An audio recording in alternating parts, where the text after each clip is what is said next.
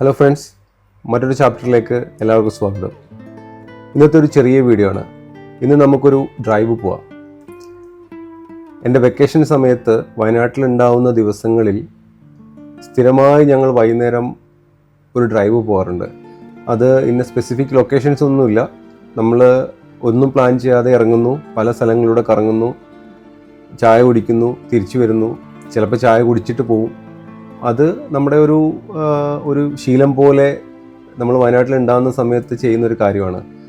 അപ്പോൾ അങ്ങനെ പോയ ഒരു ദിവസത്തെ ചില കാഴ്ചകളാണ് ഇന്ന് ഞാൻ ഷെയർ ചെയ്യുന്നത്. ഒരു വേനൽക്കാല വയനാടിൻ്റെ അല്ലെങ്കിൽ വേനൽക്കാല വയനാട് കാടുകളുടെ ഒരു കാഴ്ചയായിരിക്കും നിങ്ങൾ കാണാൻ പോകുന്നത്. അത് എത്രത്തോളം ആസ്വാദ്യകരമായിരിക്കും എന്ന് എനിക്കറിയില്ല. ഞാൻ ആ സമയത്ത് ഷൂട്ട് ചെയ്ത കുറച്ച് ഫുട്ടേജാണ് ഞാൻ ഇന്ന് ഷെയർ ചെയ്യുന്നത്. എല്ലാവരും കാണുക, അഭിപ്രായങ്ങൾ അറിയിക്കുക. Welcome to life chapters.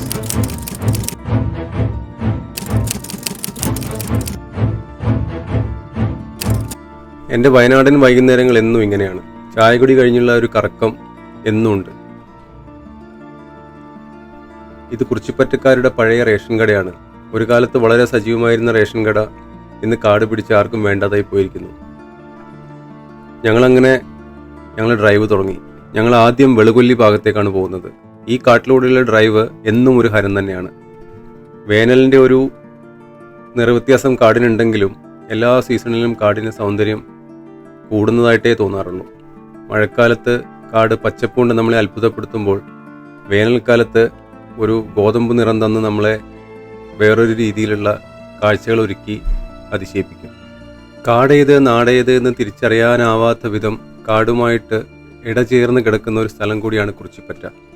ചുറ്റുപാടും കാടാണ്, അതിന് ഇടയിലൊക്കെ കൃഷി സ്ഥലമാണ്, ഒരുപാട് താമസമുണ്ട്, ഒരുപാട് കോളനികളുണ്ട്. അങ്ങനെ ഒരു കോളനിയിലേക്ക് പോകുന്ന വഴിയിലാണ് നമ്മളിപ്പോൾ. ഉൾക്കാട്ടിൽ കൂടെ തന്നെയാണ് ആ യാത്ര. കോളനി ഉള്ളതുകൊണ്ട് മാത്രം നമുക്ക് ഇതുവഴി സഞ്ചരിക്കാനുള്ള അനുവാദമുണ്ട്. അല്ലെങ്കിൽ തീർച്ചയായിട്ടും നമുക്ക് ഫോറസ്റ്റിലേക്ക് ഇങ്ങനെ ഒരു ഡ്രൈവിന് പോകാനൊന്നും ഒരിക്കലും നമുക്ക് അനുവാദം കിട്ടത്തില്ല. ഞങ്ങളങ്ങനെ കോളനിയുടെ അടുത്തൊക്കെ എത്തി. എനിക്ക് ശരിക്കും അത്ഭുതം തോന്നി. ഇവിടെയും ഞാനൊരു ഫുട്ബോൾ കോർട്ട് കണ്ടു. ഈ മെസ്സിയും റൊണാൾഡോയും നെയ്മറും ഒന്നും ഇല്ലാത്ത ഒരു മുക്കുമൂലയും ഈ ലോകത്തില്ലെന്ന് നമുക്ക് ഇങ്ങനത്തെ കളിസ്ഥലങ്ങൾ കാണുമ്പോൾ ഓർമ്മ വരും. ഇവിടെ കാടിനോട് ചേർന്നിട്ട് വലിയൊരു കുളമുണ്ട്. ഇതിനകത്ത് മത്സ്യങ്ങളെയൊക്കെ വളർത്താറുണ്ടായിരുന്നു ഒരു കാലത്തെന്നാണ് ഞാൻ അറിഞ്ഞത്. ഇപ്പോഴും ചില ആൾക്കാരൊക്കെ അവിടെ ചൂണ്ടയിട്ടുകൊണ്ടിരിക്കുന്നത് കണ്ടു. ഇവരുടെ കൃഷി സ്ഥലത്തേക്കും വയലിലേക്കുമുള്ള എല്ലാ ആവശ്യത്തിനുള്ള വെള്ളം ഇതിൽ നിന്നാണ് എടുക്കുന്നത്. ഇത് പടക്കം വെച്ച് ആനയെ ഓടിക്കുന്ന ഒരു കെണിയാണിത്. ഇത് നമുക്കങ്ങനെ കോമൺ ആയിട്ട് കാണാൻ പറ്റുന്ന ഒന്നല്ല. അത് അവരുടേതായ ഒരു കരവിരുതിൽ അവരുണ്ടാക്കിയെടുത്തിരിക്കുന്നതാണ്. അത് ഇടയ്ക്കിടയ്ക്ക് ഇവിടെ കാണാം വെച്ചിരിക്കുന്നത്. കാടിനോട് തൊട്ട് ചേർന്ന് കിടക്കുന്ന സ്ഥലമായതുകൊണ്ട് എല്ലാ വൈകുന്നേരങ്ങളിലും പകൽ സമയങ്ങളിലും ആനയുടെ സാന്നിധ്യമുള്ളൊരു സ്ഥലം കൂടിയാണിത്. അതുകൊണ്ട് വളരെ സൂക്ഷിച്ചേ നമുക്ക് പോകാനും പറ്റുള്ളൂ. നമ്മൾ പിന്നെ നമ്മുടെ അനിയന്മാരും കൂട്ടുകാരും ഒക്കെ ഉണ്ടായിരുന്നത് കൊണ്ട് ധൈര്യമായിട്ട് അവരുടെ കൂടെ പോയതാണ്. എൻ്റെ ധൈര്യത്തിൻ്റെ പുറത്ത് അവർ വന്നതല്ല, അവരുടെ ധൈര്യത്തിൻ്റെ പുറത്താണ് ഞാൻ ഇതിലെയൊക്കെ സുഖമായിട്ട് ഇറങ്ങി നടന്നത്.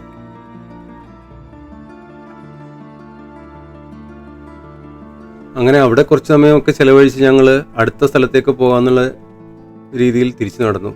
ഈ ആകാശത്തിൻ്റെ നീല നിറം വയനാട്ടിൽ നമ്മളെ ഏറ്റവും കൊതിപ്പിക്കുന്ന ഒരു കാര്യമാണ്. ഈ കാണുന്ന മതിൽ ആന കയറാതിരിക്കാൻ വേണ്ടി അവരുണ്ടാക്കി വെച്ചതാണ്. പക്ഷേ ആനയ്ക്ക് വളരെ ഈസി ആയിട്ട് ചാടിക്കിടക്കാവുന്ന പൊക്കത്തിലാണ് അത് ഉണ്ടാക്കി വെച്ചിരിക്കുന്നത്. അങ്ങനെ നമ്മൾ ആ കോളനി പരിസരവും കാടുമൊക്കെ വിട്ട് ഇനി നമ്മൾ പോകുന്നത് ചേകാടിയിലേക്കാണ്. വയനാട്ടിൽ ഏറ്റവും അധികം നെൽകൃഷി നടത്തുന്ന ഒരു ഗ്രാമമാണ് ചേകാടി. ചേകാടി ഗ്രാമം ഇപ്പോൾ വിശ്രമത്തിലാണ്.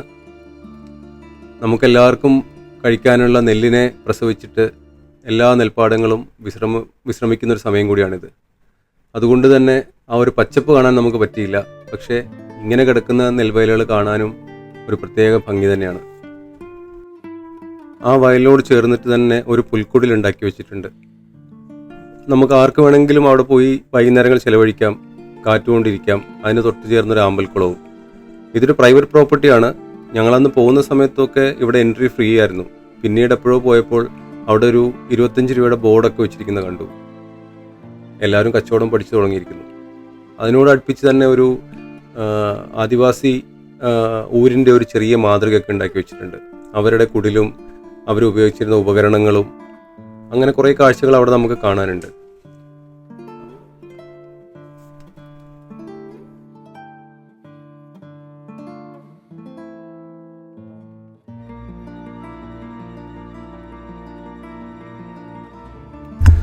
ഞങ്ങളങ്ങനെ അവിടെ കുറച്ച് സമയം ചെലവഴിച്ച് അവിടുത്തെ കാഴ്ചകളൊക്കെ കണ്ട് അടുത്ത കാഴ്ചയിലേക്ക് വണ്ടി ഓടിച്ചു തുടങ്ങി. ഇനി നമുക്ക് ചേകാടി കാട് ക്രോസ് ചെയ്ത് പുൽപ്പള്ളി ഭാഗത്തേക്കാണ് പോകേണ്ടത്. അവിടുന്ന് നേരെ മാടാപ്പറമ്പിലേക്ക് ഒരു ഡ്രൈവ് പോകാമെന്നുള്ള ഒരു പ്ലാനിലാണ് ഞങ്ങൾ ഇവിടുന്ന് തിരിച്ചത്. പക്ഷേ ചേകാടി കാട് കയറി തുടങ്ങിയപ്പോൾ പെട്ടെന്ന് ഞങ്ങൾ എല്ലാവരും കൂടെ ഒരു പ്ലാനും കിട്ടും. അതായത് ഇവിടെ പാക്കംകോട്ട എന്ന് പറയുന്നൊരു ക്ഷേത്രമുണ്ട്. കൊടുങ്കാട്ടിൻ്റെ നടുക്കാണ് ആ ക്ഷേത്രം ഉള്ളത്. എന്നും പൂജയുള്ളൊരു സ്ഥലമൊന്നുമല്ല.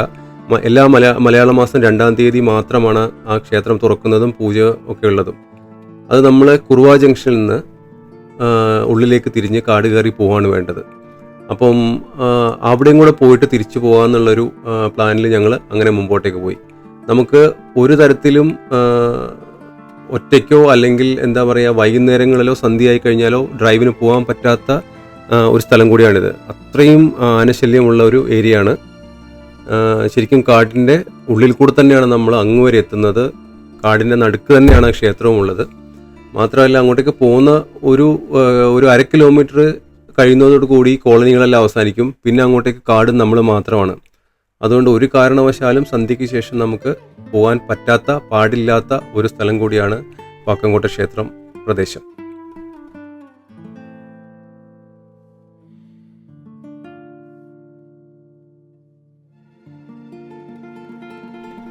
അങ്ങനെ ഞങ്ങൾ കോളനിയൊക്കെ പിന്നിലാക്കി കാട്ടിലേക്ക് കയറി. ഈ വേനലിലും ഇത്രയും പച്ചയണിഞ്ഞ് നിൽക്കുന്ന കാട് ശരിക്കും നമുക്കൊരു കണ്ണിന് കുളിരാണ്. നമുക്ക് കാണാം എത്രയോ പഴക്കം ചെന്ന എത്രയോ നൂറ്റാണ്ടുകളായിട്ട് നമുക്കിങ്ങനെ എല്ലാ അനുഗ്രഹങ്ങളും തന്നു നിൽക്കുന്ന ഒരു ഫോറസ്റ്റിൻ്റെ എല്ലാ സൗന്ദര്യവും നമുക്ക് ഈ വഴിയിൽ കാണാൻ വേണ്ടി പറ്റും.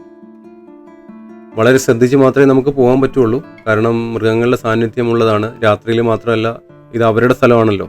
അപ്പോൾ ഏത് സമയത്തും എവിടെ വേണമെങ്കിലും അവരുടെ സാന്നിധ്യം കാണാം. അല്ലെങ്കിൽ ആനയോ എന്തോ ആയിക്കോട്ടെ ഉണ്ടാവും എന്നുള്ളൊരു ധാരണയിൽ വേണം നമ്മൾ മുമ്പോട്ടേക്ക് പോകാൻ വേണ്ടിയിട്ട്. പിന്നെ മാസത്തിൽ ഒരു തവണ മാത്രം തുറക്കുന്ന ഒരു ക്ഷേത്രമായതുകൊണ്ട് അങ്ങോട്ടും ഇങ്ങോട്ടും പോകുന്ന വാഹനങ്ങളോ ആൾക്കാരോ ഒന്നും ഉണ്ടാവില്ല. അങ്ങനെ ഞങ്ങൾ കുറച്ച് നേരത്തെ ഡ്രൈവിന് ശേഷം പാക്കംകോട്ട ക്ഷേത്രത്തിലെത്തി. അപ്പോൾ അവിടെ കുറച്ച് പണികളും കാര്യങ്ങളൊക്കെ നടക്കുന്നതുകൊണ്ട് ഞാൻ ആ ഒരു വീഡിയോ കൃത്യമായി എടുത്തില്ല. അത് പിന്നീട് ഒരിക്കലാവാം. ഞങ്ങൾ അവിടുന്ന് നേരെ താഴെ കൂടി ഒഴുകുന്ന കബനിയുടെ തീരത്തേക്ക് പോകാൻ വേണ്ടി തീരുമാനിച്ചു. ശരിക്കും ഒരു 1-1.5-2 കിലോമീറ്ററോളം താഴേക്ക് നടക്കണം നമുക്ക് കബനി പുഴയുടെ തീരത്തേക്ക് എത്താൻ വേണ്ടിയിട്ട്. അപ്പോൾ ഇറങ്ങാനുള്ളൊരു സുഖം കൊണ്ട് ഞാൻ വളരെ കൂളായിട്ട് ഇറങ്ങി. കബനിയുടെ തീരങ്ങളിൽ പോയിട്ട് വൈകുന്നേരം കുറച്ച് സമയം ഇരിക്കുന്നതൊക്കെ നമുക്ക് എല്ലാവർക്കും ഇഷ്ടമുള്ള കാര്യമാണല്ലോ. അപ്പോൾ ആ ഒരു കാര്യമൊക്കെ മനസ്സിൽ ഓർത്ത് ഞാൻ നല്ല രസത്തിലങ്ങ് ഇറങ്ങി. പക്ഷേ പണിപ്പെട്ട് തിരിച്ച് കയറാനാണ്. തിരിച്ച് ഞങ്ങൾ കയറിയത് തന്നെ ഞങ്ങൾ അവിടെ വർത്താനമൊക്കെ പറഞ്ഞിരിക്കുന്ന സമയത്ത് മുകളിൽ നിന്ന് ആന അലർന്ന സൗണ്ട് കേട്ടു. അപ്പോൾ പിന്നെ എല്ലാവരും പറഞ്ഞു മുകളിൽ എവിടെയെങ്കിലും ആൾ കാണും, നമ്മളിനി അധികം ഇവിടെ ഇരിക്കുന്നത് സേഫ് അല്ല എന്ന് പറഞ്ഞുകൊണ്ട് ഞങ്ങൾ ഇറങ്ങിയതിൻ്റെ ഡബിൾ സ്പീഡ് വേഗത്തിലാണ് മുകളിലേക്ക് കയറിയത്. അത് ശരിക്കും നല്ല ടയർഡ്നെസ് ഉണ്ടാക്കി. നമുക്ക് ശീലമില്ലാത്ത കാര്യമാണല്ലോ ഇങ്ങനെ ഇത്രയും കയറ്റമൊക്കെ ഓടിക്കയറുന്നത്. കൂടെ ഉണ്ടായിരുന്ന അവന്മാരൊക്കെ ഓടിക്കയറി. പക്ഷെ ഞാൻ ഏറ്റവും പുറകിൽ കിതച്ചാണ് എത്തിയത്. പക്ഷെ താഴത്തെ കാഴ്ചകൾ, കബനിയുടെ തീരത്തുള്ള കാഴ്ചകളും അവിടെ ഞങ്ങൾ ചെലവഴിച്ച സമയവും വണ്ടർഫുൾ എന്നല്ല, അതൊന്നും പറയാനില്ല. വൈകുന്നേരങ്ങൾ ഇങ്ങനെ വേണം ചെലവഴിക്കാൻ. ഇങ്ങനെ പ്രകൃതിയോട് ചേർന്ന്, പ്രകൃതിയിൽ അലിഞ്ഞു ചേർന്ന് നമുക്കിഷ്ടമുള്ള ആൾക്കാരുടെ കൂടെ ഒരുപാട് വർത്താനങ്ങൾ പറഞ്ഞിരിക്കുമ്പോൾ നമുക്ക് സമയം പോകുന്നതേ അറിയില്ല. അവസാനം എന്തായാലും കിതച്ച് ഞങ്ങൾ മുകളിലെത്തി. വണ്ടിയൊക്കെ എടുത്ത് തിരിച്ച് അടുത്ത ലൊക്കേഷനിലായ മാടാപ്പറമ്പിലേക്ക് യാത്ര തുടങ്ങി. എന്തായാലും ഈ ഫോറസ്റ്റിലും കൂടെ ഡ്രൈവ് ചെയ്യാൻ കിട്ടുന്ന ചാൻസ് ഒന്നും മിസ്സാക്കാൻ പാടില്ലല്ലോ. അതുകൊണ്ട് തിരിച്ചു പോകുമ്പോൾ ഞാനാണ് വണ്ടി ഓടിച്ചത്. നമ്മുടെ എന്താ പറയുക, ബൊലേറോ കൂടെ ഉള്ളതുകൊണ്ട് നമുക്ക് ഏത് കാട്ടിലും മേട്ടിലും ധൈര്യമായിട്ട് ഇവനെ കയറ്റിക്കൊണ്ട് പോവാം. 10-12 കൊല്ലമായിട്ട് കൂടെ ഉണ്ടായിട്ടും അവൻ ഇതുവരെ നമ്മളെ വഴി കടത്തിയിട്ടില്ല. ആ ഒരു ധൈര്യത്തിൽ ഡ്രൈവ് വളരെ എൻജോയ് ചെയ്ത് വളരെ കംഫർട്ടബിളായിട്ടാണ് ഞങ്ങൾ ആ ഒരു വൈകുന്നേരം യാത്ര ചെയ്തത്.